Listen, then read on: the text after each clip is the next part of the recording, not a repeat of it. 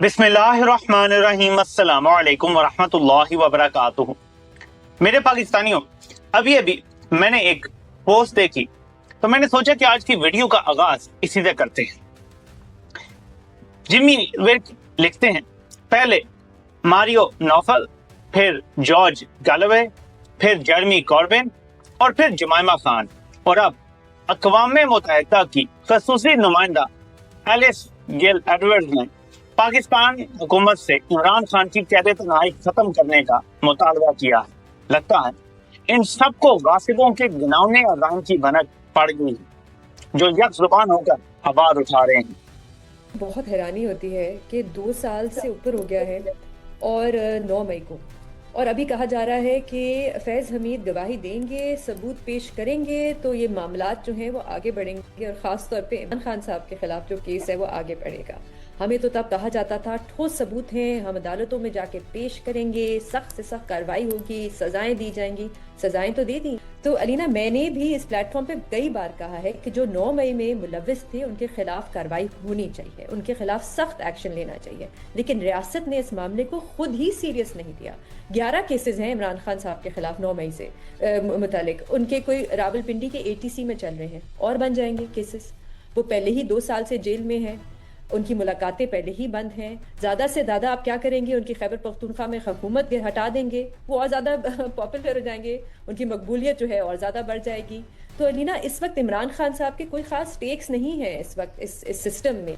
फैसल वाडा साहब कह रहे थे कि जो अदालती ओहदों पे भी थे और जो बाकी रहनुमा है PTI के, उनके खिलाफ भी एक्शन लिया जाएगा। तो सिर्फ क्या अलीना सिविलियंस के खिलाफ एक्शन लिया जाएगा? क्योंकि ये बड़ा मुश्किल है मानना कि जो फैज़ हमीद थे, जब वो प्रोजेक्ट इमरान खान चला रहे थे तो इंस्टीट्यूशन में या उस वक्त इस्टेब्लिशमेंट में और किसी को नहीं पता था, और कोई मुलव्विस नहीं था, उनके बॉस तक को नहीं पता था। जबकि जनरल बाजवा जो है वो ऑन द रिकॉर्ड है जावेद चौधरी के कॉलम में मानते हुए कि शौकत तरीन के खिलाफ जो केसेस थे नैब के, वो मैंने खत्म कराए इमरान खान साहब को फैसिलिटेट करने के लिए। वो ऑन। तो पूरा ये बयानिया मैं चाहता था कि हम सुन लें। इसमें बयानिया शुरू यहां से होता है कि आप कहते थे कि 9 मई के हमारे पास सबूत है, नाकाबिल तरदीद सबूत हैं। अब कह रहे हैं कि फैज हमीद गवाही देगा और वो सबूत होगा, यानी बाकी सबूत किधर गए?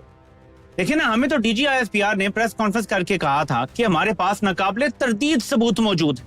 ठीक है, तो अगर आपके पास नाकाबिल तरदीद सबूत मौजूद हैं तो फिर हम आपसे यही कहेंगे कि वो वाले सबूत जो आपके पास मौजूद हैं वो ला के हमें भी देते, हमें भी दिखा दें वो कौन से सबूत हैं आपके पास। लेकिन अभी तक ऐसा कोई सबूत सामने नहीं आया। इमरान खान पे भी केसेस चल रहे हैं, और अब तक 9 मई के केसेस में जिन लोगों को सजाएं हुई हैं सब जानते हैं कि वो वाहियात किस्म की सजाएं दी गई हैं, किसी के पास कोई सबूत नहीं था। तो फिर सवाल ये पैदा होता है कि मेरे पाकिस्तानियों, एक तो ये चीज कि इनके पास कोई सबूत नहीं है, सिर्फ बयानियां बनाने के लिए कर रहे हैं। नवाज शरीफ को लाइफ लाइन देने की कोशिश हो रही है, नून लीग को इमरान खान के मुखालिफ खड़ा करने की कोशिश हो रही है। लेकिन दूसरी तरफ ये जो बयानिया है ना, आज मैं इसका थोड़ा तिया पांचा करता हूं कि ये प्रोजेक्ट इमरान खान था जिसे फैज और बाजवा चला रहे थे। शहजाद अकबर साहब ने भी थोड़ी आज बात की है, क्योंकि वो ज़ाहिर है मिनिस्टर रहे हैं, करीब से उन्होंने देखा है जी कि बाजवा आके बाहर कहता था ऐसा होना चाहिए प्राइम मिनिस्टर इमरान खान से मुलाकात करके, और फिर वो बड़ा उन्हें था पसंद था और ये था और इमरान खान, लेकिन वो कहते हैं बड़े थोड़े अरसे के लिए इमरान खान उन्हें पसंद था, फिर ये भी खत्म हो गया था। मैं एक बार फिर चैलेंज करता हूं इस प्लेटफॉर्म से, जिस किसी को लगता है एक दिन के लिए भी कंपनी ने इमरान खान को सपोर्ट किया है, एक दिन के लिए भी, वो मेरे साथ लाइव मनाजरा कर ले। फिर वो कोई अंदर का बंदा हो, बाहर का बंदा हो, कोई सिविलियन हो, कोई मिलिट्री का हो, जो भी हो, लाइव मनाजरा मेरे साथ कर ले, फैसला अवाम पे छोड़ देंगे। अवाम ने फिर अपना माइंड बनाना होगा कि क्या ये दुरुस्त है या नहीं। क्योंकि मैं आपके सामने कुछ चीजें रखता हूं। 2016 में जब पनामा केस आया तो अरशद शरीफ शहीद ने एक बंदे की तस्वीर सोशल मीडिया पे जारी कर दी। उस टाइम वो बंदा था मेजर जनरल फैज हमीद। ये उस वक्त ISI में DGC था, और मुबैना तौर पे इसने अरशद शरीफ शहीद को कहा कि आप नवाज शरीफ के खिलाफ प्रोग्राम ना करें, ये हमारे लिए प्रॉब्लम क्रिएट करता है। तो जनरल फैज हमीद का आवाम से पहला तारुफ यह था कि वो नवाज शरीफ के हक में अरशद शरीफ को राजी कर रहा था। यह था फैज हमीद का पहला अवामी तारुफ। इमेजिन करें कि یہ لوگ کہتے ہیں کہ فیض حمید نے سہولت کاری کی، عمران خان کے لیے کالنگ کرتا تھا. اس کال کا کسی کو ذکر نہیں کرنا دیکھا آپ نے، کبھی نہیں دیکھا ہوگا آپ نے کہ کس نے کہا ہاں یار سب سے پہلی سہولت کاری تو اس نے نواز شریف کی تھی. لیکن تھوڑا سا آگے چلتے ہیں، 2018 کے الیکشن پہ آ جاتے ہیں. اس الیکشن سے کچھ پہلے ایک کتاب چھپتی، سب جانتے ہیں کہ وہ کیا تھا.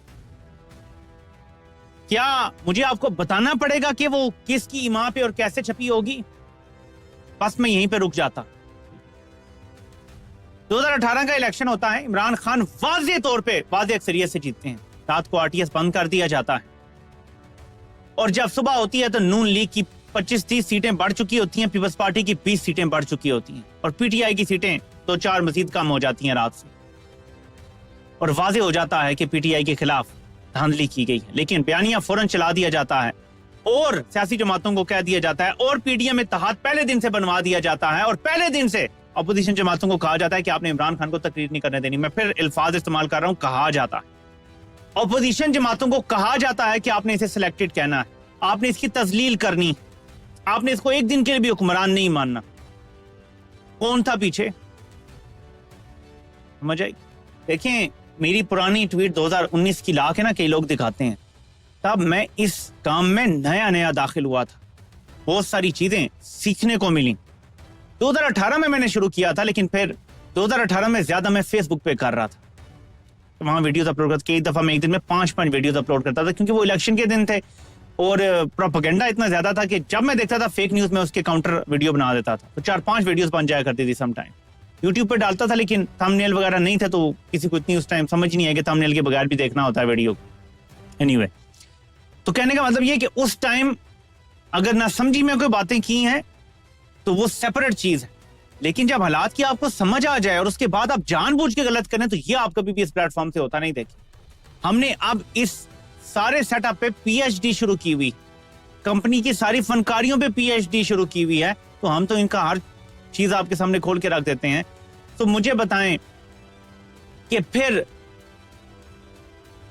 اگر DGC یہ تھا اور پھر اس کے بعد یہ جاتا ہے اور DG ISI عاصم منیر بن جاتا ہے، ٹھیک ہے، پھر وہ جاتا ہے تو جنرل فیض آ جاتا ہے. جنرل فیض کے آنے کے بعد 4 مہینے کے اندر جنرل فیض حمید DG ISI بنتا ہے اور 4-5 مہینے کے اندر نواز شریف کا طبی بنیادوں پہ کیس چڑھ جاتا ہے، عدالتوں میں پہنچ جاتا ہے اور اگلے 2 مہینے میں نواز شریف کو لندن بھیج دیا جاتا ہے. یہ کس نے کیا ہے؟